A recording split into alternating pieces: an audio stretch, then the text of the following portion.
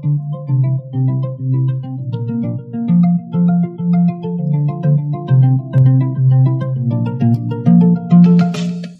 learners, in the third part of week 3, we are going to discuss about intrusion prevention systems.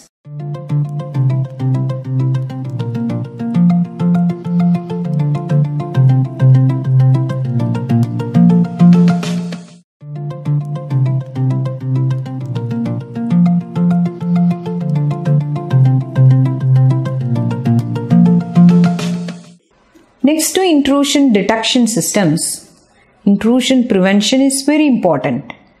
Like IDS, IPS can also be implemented as a hardware device or as a software solution embedded in a hardware. We'll see what an IPS is. IPS is based on a simple principle that bad traffic goes in and clean traffic comes out. Intrusion prevention systems can also be referred to as intrusion detection and prevention systems. In short, IDPS. It functions by finding malicious activity, recording and reporting information about the malicious activity. It also tries to block or stop the activity from taking place.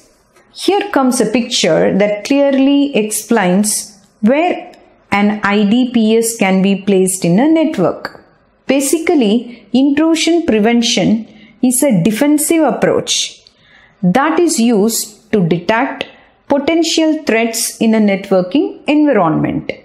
Very soon after the attacker gets access, IPS also has the capability to take an immediate action based on a set of rules recognized by network administrator. What makes an intrusion prevention system much more advanced compared to an intrusion detection system is that IPS are located directly in the path in which the source and the destination communicate, and they have the ability to prevent or block the malicious activity that is happening. Intrusion prevention systems are mainly extensions of intrusion detection systems.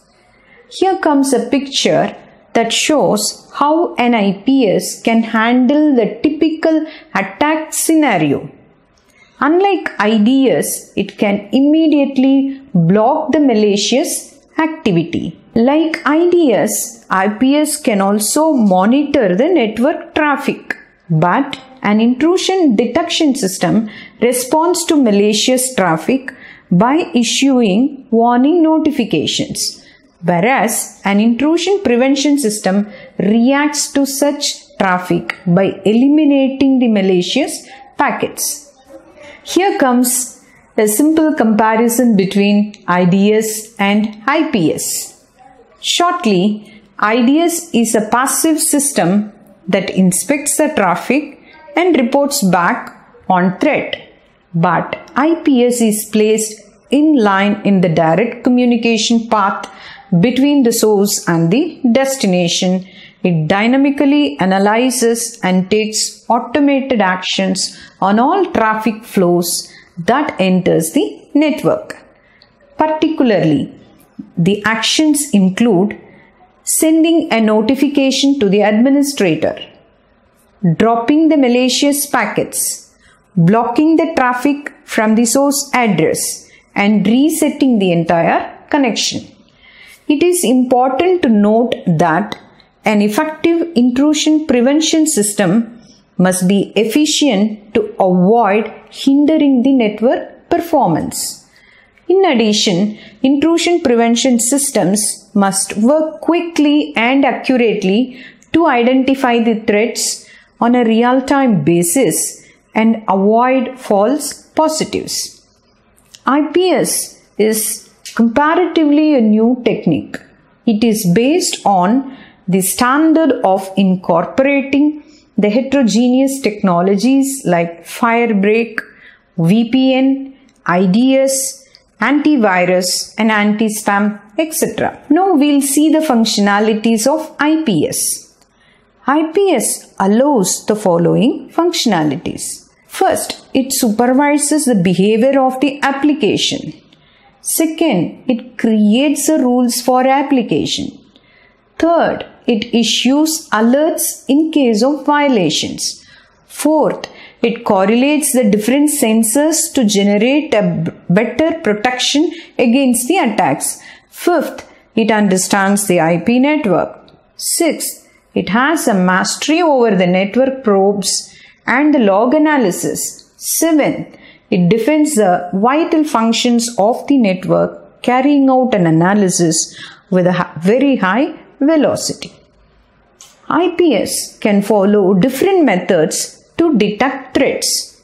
However, the two predominant methods are signature-based threat detection and statistical anomaly-based threat detection.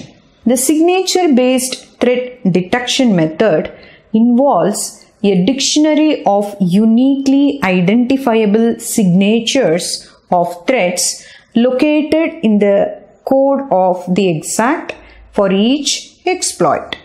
There are two types of signature-based threat detection methods. They are exploit-facing and vulnerability-facing. Exploit-facing methods detect threats based on commonly known attack patterns, whereas vulnerability-facing methods attempt to detect threats by identifying specific vulnerabilities. Statistical anomaly-based threat detection method randomly samples the network traffic and then compares the samples to a predefined baseline performance level. Apart from that, there is another type called passive network monitoring. This is also practiced. IPS can also be said to monitor network traffic at certain points and identify a threat or a deviation of certain security threshold parameters and report the same by generating reports or alerts like email notifications about the device communications to the security administrator. Now let's see the characteristics of IPS. It detects malicious activities based on the signature of known malicious activities. Second, as we have seen, it blocks the suspicious activity.